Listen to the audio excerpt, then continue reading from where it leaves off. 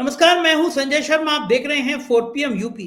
उत्तर प्रदेश में क्या चल रहा है? क्या आपके विकास की बात हो रही है, आपकी हेल्थ की बात हो रही है, आपके बच्चों के भविष्य की बात हो रही है, या फिर बाबाओं की टोली आ रही है, हिंदू बनो हिंदू बनो हिंदू बनो, अब्दुल की छुरी टाइट करो टाइट करो टाइट करो। इन सबसे आपका और आपके परिवार का भविष्य क्या होगा? बहुत बेहतरीन प्रोफेसर हैं लक्ष्मण यादव, जिनको सिर्फ इसलिए नौकरी से बर्खास्त कर दिया गया क्योंकि उन्होंने पिछड़ों की, दलितों की, भारत के संविधान को बचाने की एक अलग जगाई थी। इस प्रोफेसर से मैंने पूछा कि आखिर ये जो बीजेपी की रणनीति है कि पिछड़ों और दलितों को पहले हिंदू चेतना में ले आओ, उनके मन से पिछड़े और दलित की बात अलग करके ये कहो कि हिंदू खतरे में है, अब्दुल की चूड़ी टाइट करनी है, इनका राजनीति में परिणाम क्या होगा? गंभीर चर्चा है, लेकिन आपको बहुत अच्छी लगेगी। पूरी सुनिएगा। 4 पीएम यूपी को सब्सक्राइब और ज्वाइन करिएगा।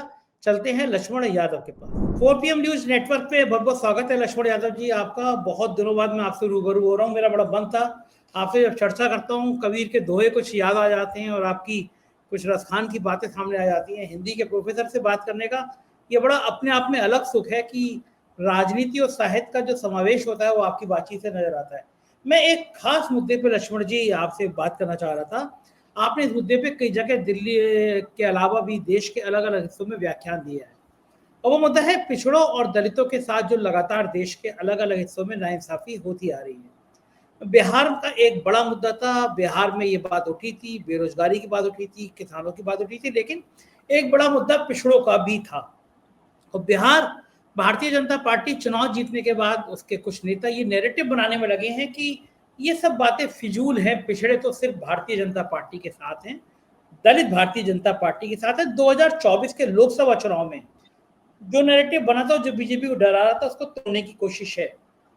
क्या ये बात सही है कि अब पिछड़े लोग मान गए हैं, बीजेपी के साथ आ गए हैं, या राजनीति में कुछ और पेच है? बहुत शुक्रिया संजय दा, आपके साथ बहुत लंबे अरसे बाद बातचीत हो रही है और इस बीच में बहुत कुछ हो गया भारतीय राजनीति में। बिहार को लेकर के भारतीय जनता पार्टी को भी ये डर था कि बिहार में अटल बिहारी वाजपेयी जी का सपना पूरा होगा कि नहीं, कि बिहार का मुख्यमंत्री कोई बीजेपी का हो। लेकिन एक पिछड़े समाज के समाजवादी नेता नीतीश कुमार को आज भी उन्हें मुख्यमंत्री बनाना पड़ा है। पिछड़ों की राजनीति जहां पर मजबूत है, राजनीति में कह रहा हूं, केवल नेतृत्व नहीं, वो बिहार है। और बिहार में आज भी नीतीश कुमार की जरूरत बीजेपी को पड़ रही है। इसका मतलब अगर केवल बीजेपी सब कुछ पिछड़े दलितों को देने वाली बन चुकी है तो उसे किसी की जरूरत नहीं। एक तो बात यह है, इसलिए बिहार को लेकर के चूंकि सामाजिक न्याय के आंदोलनों की जमीन दक्षिण भारत में तमिलनाडु, कुछ हद तक केरल, ये जमीन है और आज भी बीजेपी वहां नहीं है। उत्तर भारत में उत्तर प्रदेश और बिहार, उत्तर प्रदेश में किन्हीं परिस्थितियों के चलते बीजेपी सरकार में है। बिहार को उन्होंने जब जीता और ऐसा बहुमत से जीता जिसकी उम्मीद शायद बीजेपी के लोगों को भी नहीं रही होगी, इसके बाद वो यही कर रहे हैं जो आपका सवाल है, क्योंकि बहुत गंभीर सवाल है आपका, कि अब वो ये कहना चाह रहे हैं कि भाई दलितों पिछड़ों की एकमात्र रहनुमा पार्टी कौन सी बन चुकी है, वो बीजेपी बन गई है। तो बीजेपी इस नैरेटिव के साथ क्या दे रही है, दलितों पिछड़ों को क्या दे रही है? जब सवाल ये होता है तो उनको लगता है कि 10,000 रुपया या 500,000 रुपए अकाउंट में, वोट खरीदने के समय, वोट बेचने के समय, वोट को लेकर के जो गुड़ागड़ित होती है, या दूसरी तरफ वो क्या करते हैं, रबर स्टाम्प कुछ लोगों को बिठा देते हैं। अब जब मैं आपसे बात कर रहा हूं तो इस देश के दलित दक्षिण मध्य भारत में ये सवाल कर रहे हैं कि आईएएस संतोष वर्मा, जब उन्होंने एक बयान दिया, जो कि बयान थोड़ा आपत्तिजनक है भी, मैं भी ये मानता हूं कि उस तरह से महिला को नहीं देखना चाहिए कि ब्राह्मण की बेटी को दान दे दे, ये उचित नहीं है। सामाजिक न्याय की लड़ाई तो महिला के सम्मान की लड़ाई रही है, चाहे वो अम्बेडकर हो चाहे लोहिया हो। तो लेकिन उसके बाद आप देखेंगे कि जो पूरा का पूरा खेमा भाजपा का खड़ा हो गया, वो इस बात की याद दिला रहा था कि ओबीसी मुख्यमंत्री है मोहन यादव। पिछले दिनों उन्होंने एक फैसला लिया कि 14% आरक्षण बढ़ा के 27 होगा, और सारी बीजेपी उनके ट्रोलर उनके खिलाफ खड़े होकर किसी ने साथ नहीं दिया। ये एग्जाम्पल है। Chief justice of India Gavai साहब थे, जूता मारा गया, आज तक कुछ नहीं हुआ। दलित पूछ रहे हैं कि भाई ये जो चीफ जस्टिस ऑफ इंडिया को जूता मार दिया गया, उन्हीं समय दलितों को ये दिख रहा है कि कोई अनिल मिश्रा नाम के व्यक्ति हैं, वो कहते हैं कि बीएन राव ने संविधान लिखा है, अम्बेडकर तो कुछ जानते नहीं थे। ये कब हो रहा है? ये बीजेपी के राज में हो रहा है। 69,000 शिक्षक भर्ती से लेकर के तमाम ऐसे सवाल है जिस पर दलितों पिछड़ों को नहीं मिला कुछ।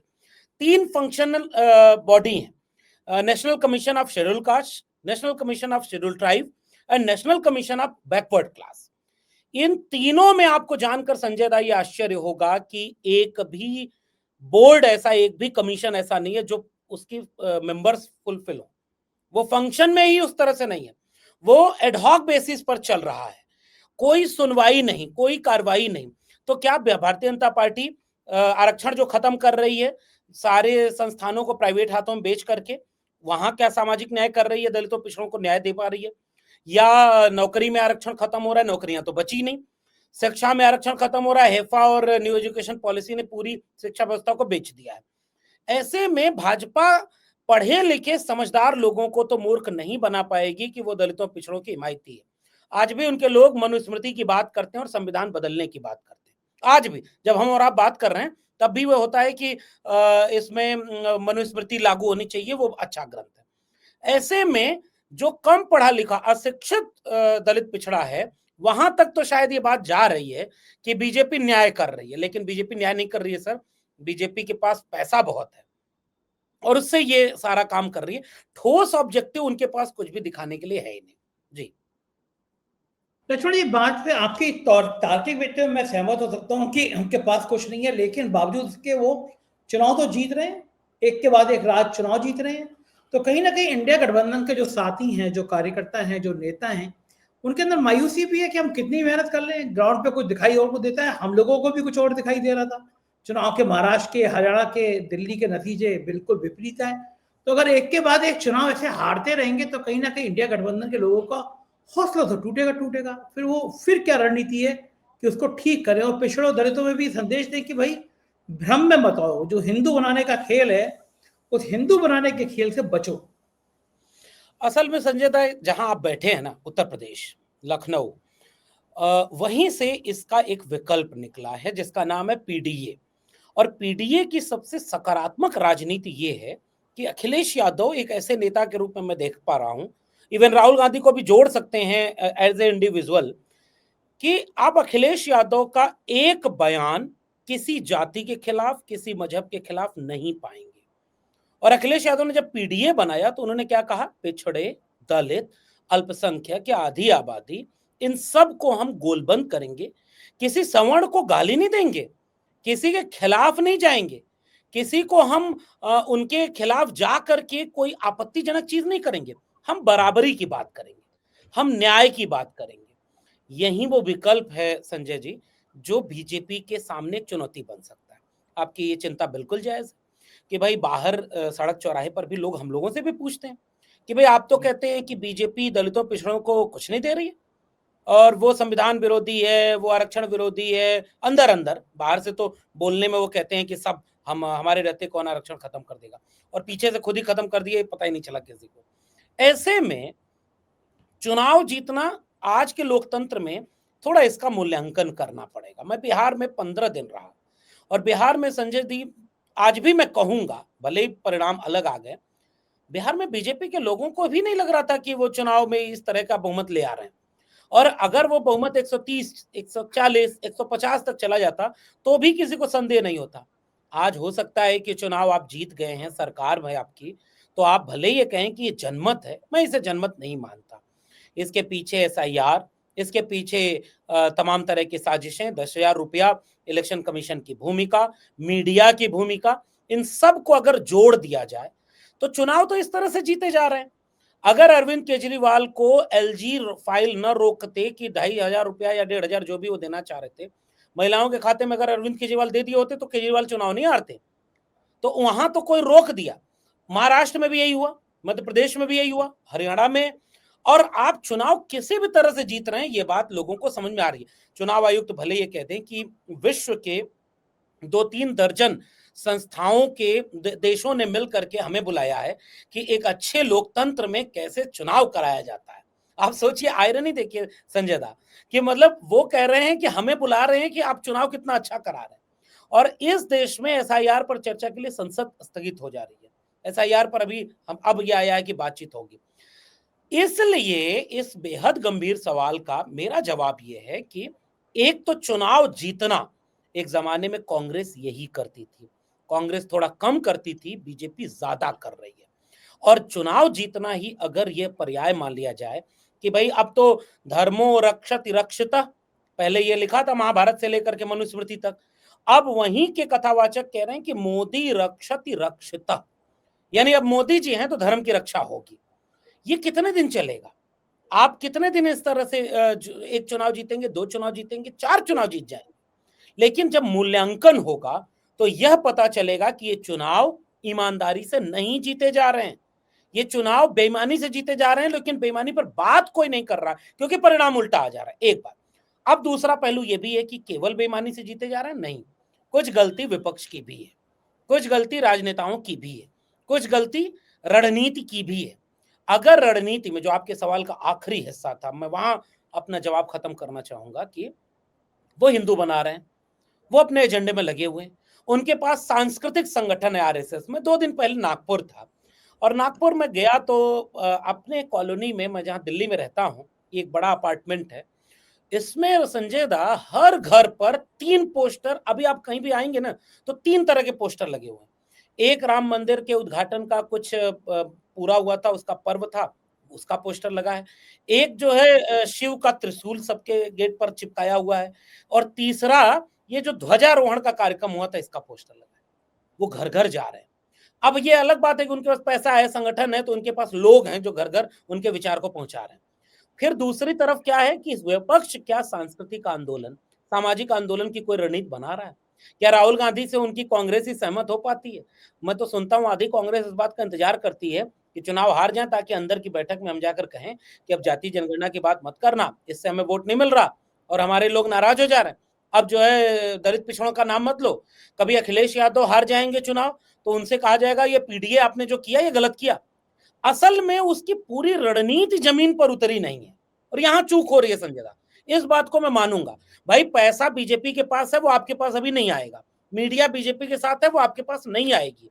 उसके बाद जो आपके पास है, अगर आप उससे कमतर, जैसे एक उदाहरण दे दूं आखिरी में, एसआईआर हर जगह हो रहा है और अखिलेश यादव ने पूरा कैडर उतार दिया। उन्होंने कहा कि जितने टिकट आरती हो, अगर लखनऊ में दिख गए तो टिकट नहीं मिलेगा और वोट बनवाओ, वोट करवाओ। ये जो रणनीति होगी यही बीजेपी को रोकेगी।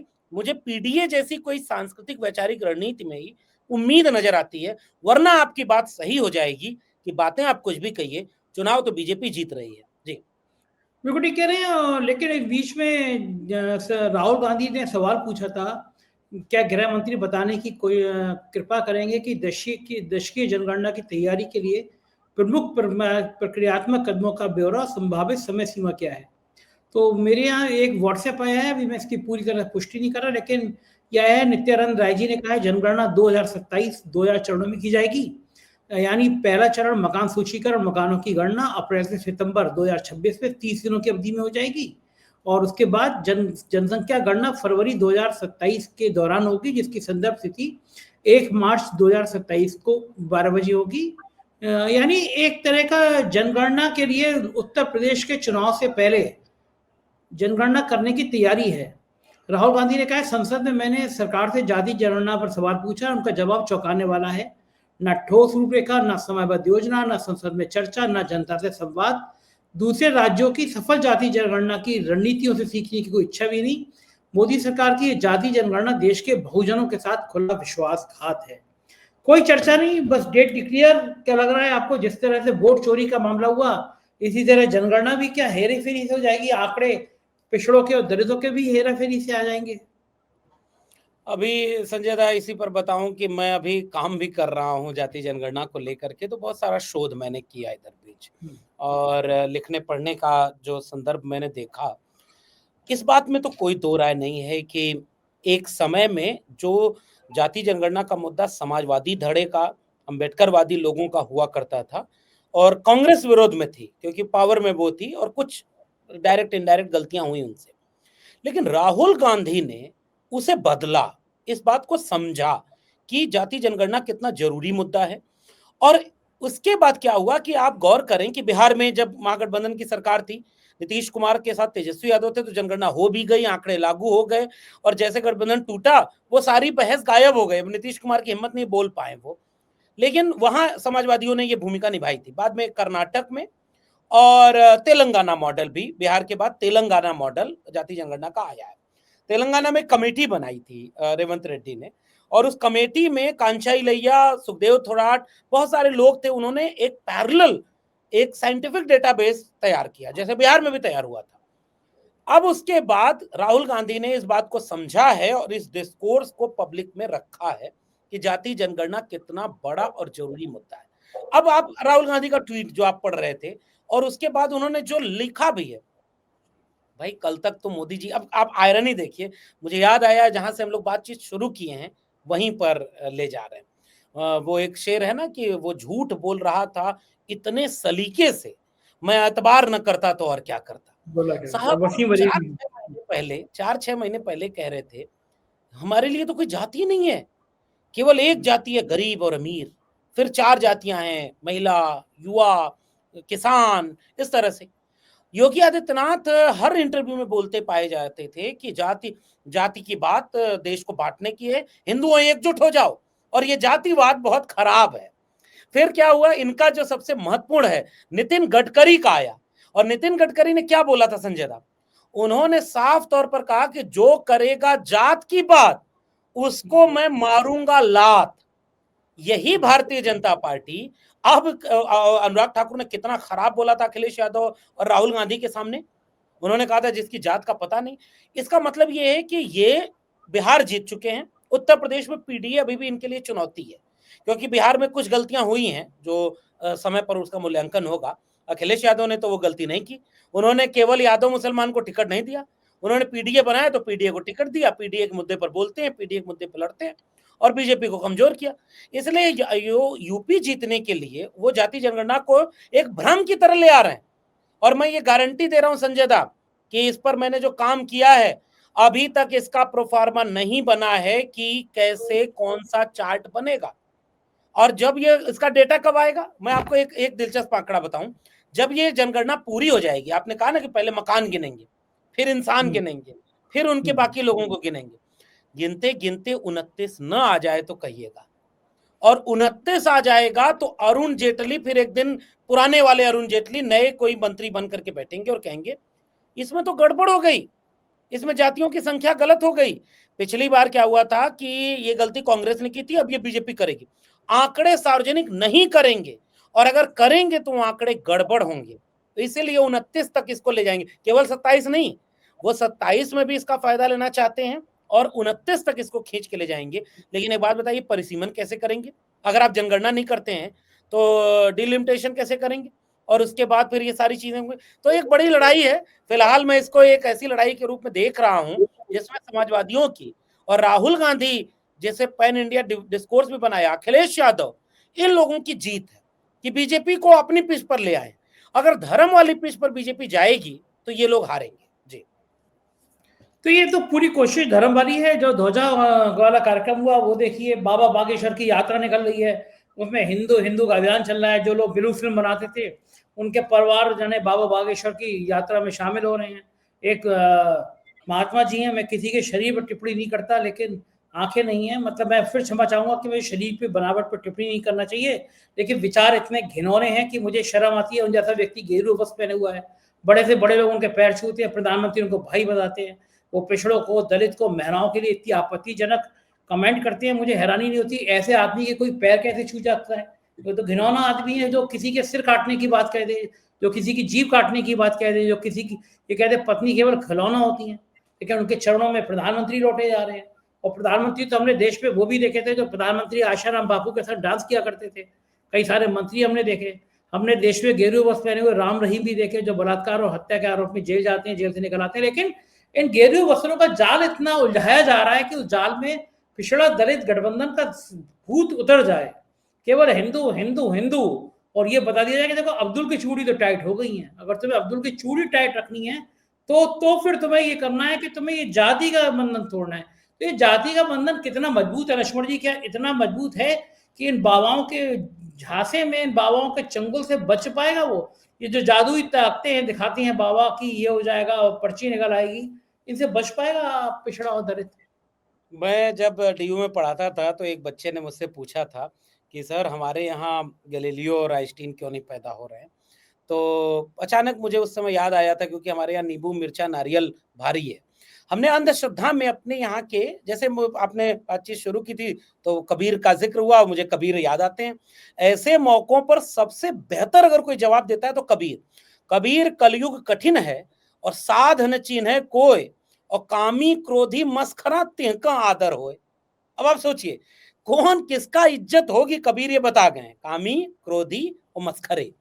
आज देखा आपने मतलब हमारे लोग रील भेजते हैं, रिश्तेदार भेजते हैं कि एक राधे राधे कह करके कथावाचक जो है वो कहता है कि 1 अगस्त थे तो जब समुद्र पी गए तब अंग्रेजों को लगा कि तो 15 अगस्त आने वाले हैं तो भाग जाओ, अंग्रेज भारत आजाद हो गया।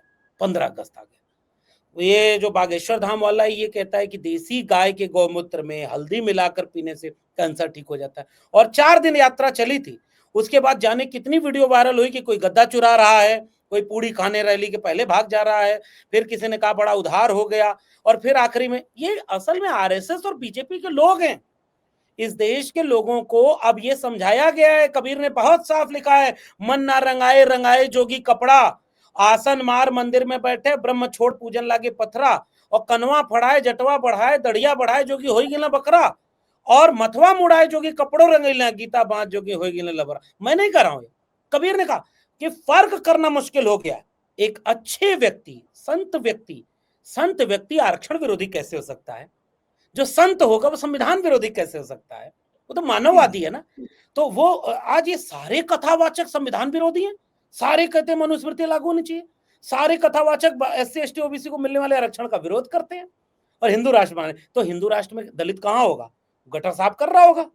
ये तो प्रॉपर्टी डीलर है सर। ये जो प्रधानमंत्री का छोटा भाई ये तो प्रॉपर्टी डीलर है। इसने एक हिंदू गांव बनाया, उसमें रेट है कौन से क्या क्या होंगे, कितने का फ्लैट होगा।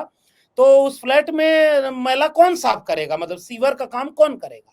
ये सवाल इस देश का विमर्श का है। इसलिए मैं बहुत गंभीरता से ये बात कहना चाहता हूं। आपने देखिए, आप चूंकि बहुत विनम्र व्यक्ति हैं, संवेदनशील हैं, और हम आपको इतने सालों से देख रहे हैं, जो वाक्य आप नहीं बोल पाए हम लोग तो और नहीं बोल पाते कि आप आंख नहीं है आपके पास।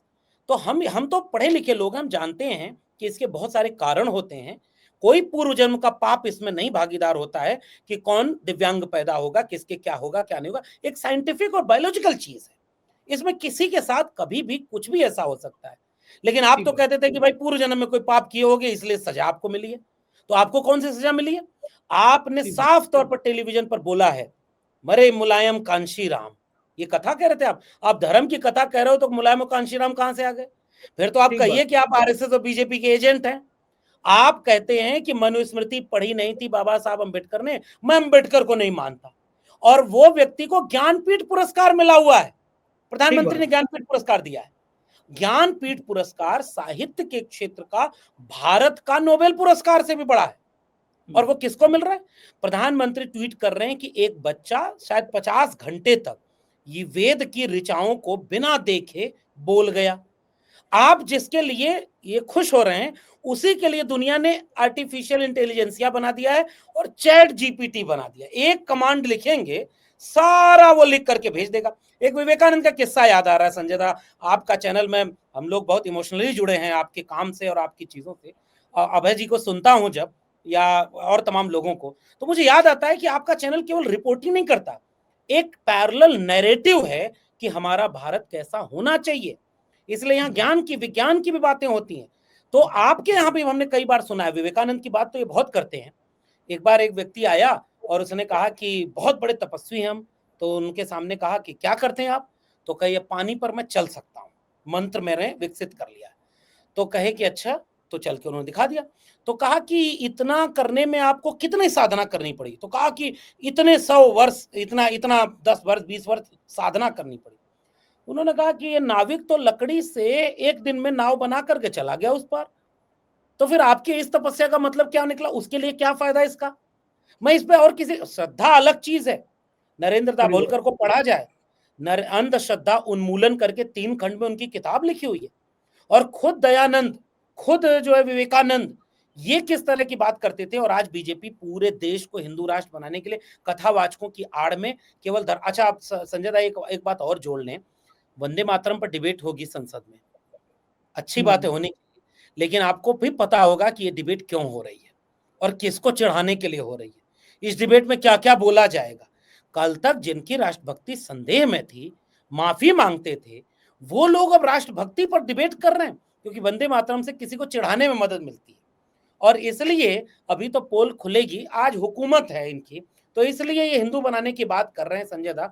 मेरा मानना ये है कि ये देश ऐसे दौर से निकलेगा जिसमें अंधश्रद्धा को भारत का मूल विचार बना दिया गया। आखिर में एक दो बात जोड़ दूं बस, महाराष्ट्र में गया तो संजय दा आप सोच के देखेंगे, मेरे बेटा हुआ है, कल को मैं भी चाहूंगा अच्छे स्कूल में पढ़े, आपके बच्चे जो भी समझदार व्यक्ति हैं वो चाहते हैं कि अपने बेटा बेटी को एक अच्छे स्कूल में भेजें। मेरे दिल्ली विश्वविद्यालय में क्या हो रहा है पता है, अब अभी आप इंटरनेट पर खोजिएगा, एक कॉलेज है हंसराज कॉलेज, उस कॉलेज में हवन हो रहा है, और इसी दिल्ली के एक कॉलेज में कुछ बच्चों ने नमाज पढ़ लिया था कोने में बैठ करके, उनके नमाज का टाइम हुआ, कोने में बैठ के पढ़ लिया, आंदोलन हो गया, उनको कारण बताओ नोटिस जारी कर दिया गया, और दिल्ली विश्वविद्यालय में हवन हो रहा, पूरा का पूरा विश्वविद्यालय शाखा में तब्दील हो गया है आरएसएस की। और क्या किया इन्होंने कि महाराष्ट्र में ज्योतिष विज्ञान और ये सारी चीजों को सिलेबस में डाल दिया। अब आप कौन सा भारत बना रहे हैं? इसलिए हम एक बात कहना चाह रहे हैं कि राजनीतिक खतरा जितना बड़ा है बीजेपी मोदी जी का, वो तो एक बात है, सांस्कृतिक खतरा इतना बड़ा है। गांधी और अंबेडकर में झगड़ा था, लोहिया और अंबेडकर में झगड़ा था, भगत सिंह और गांधी में झगड़ा था, लेकिन सारे लोग मिल करके इस भारत को बनाने के लिए कई मुद्दों पर एक हो गए। और आज क्या आप कर रहे हैं? पूरे विपक्ष की आलोचना, आपसे जो असहमत है जेल में डाल दो, सारी चीजें खारिज कर दो। ये बहुत बुरा वक्त है, लेकिन मैं उम्मीद करता हूं कि इस वक्त से भी भारत लड़ करके निकलेगा।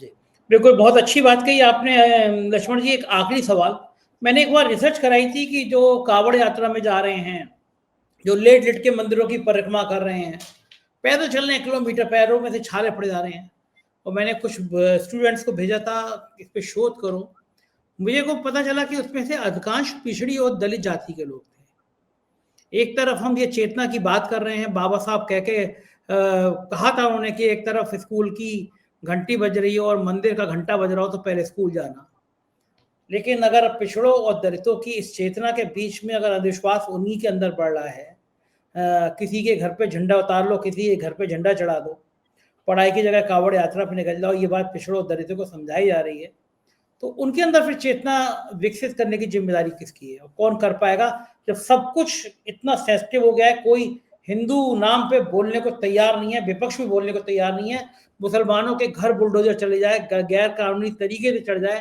कोई पॉलिटिकल पार्टी बोलने को तैयार नहीं है, डरी हुई है कि हिंदू नाम का हौवा खड़ा हो जाएगा।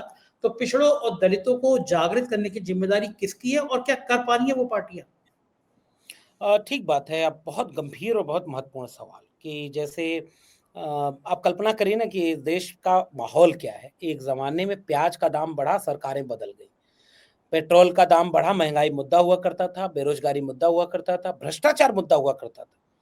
अब तो हम ऐसे दौर में आ गए संजय दा कि इन सारे मुद्दों से फर्क ही नहीं पड़ता। वोट चोरी हो रही है, नेता प्रतिपक्ष सबूत पे सबूत दिए जा रहा है और वो मजाक बन रहा है, उस पर मीम बन रहा है, उसका चुनाव आयोग ही मजाक उड़ा रहा है। पूरा विमर्श का स्तर गिर गया है। प्रधानमंत्री बिहार में जाकर के कट्टा, छर्रा, दुनाली और सिक्सर का 6 गोली छाती में ये भाषण दे करके आते हैं और चुनाव जीत जाते हैं। एक व्यक्ति जो पढ़ाई, कमाई, दवाई, सिंचाई का नारा लगाते रह गया, वो नहीं जीत पाया। राहुल गांधी बोलते रह गए कि भाई संविधान बचा लो, लोकतंत्र बचा लो, और राहुल गांधी आज भी मीम बन जाते हैं। वो उनको कोई गंभीरता से बीजेपी नहीं लेती और प्रायोजित तंत्र से उनको भी हल्के में लिया गया। वही नौजवान जो उत्तर प्रदेश में बेरोजगारी का शिकार हो रहा है, लाठी खा रहा है, उसी से आप बीजेपी के लिए सवाल पूछ देंगे तो वो मोदी और योगी को अवतार जरूर मान लेगा, उसमें से आधे से ज्यादा अवतार मान लेगा। ये हालत है।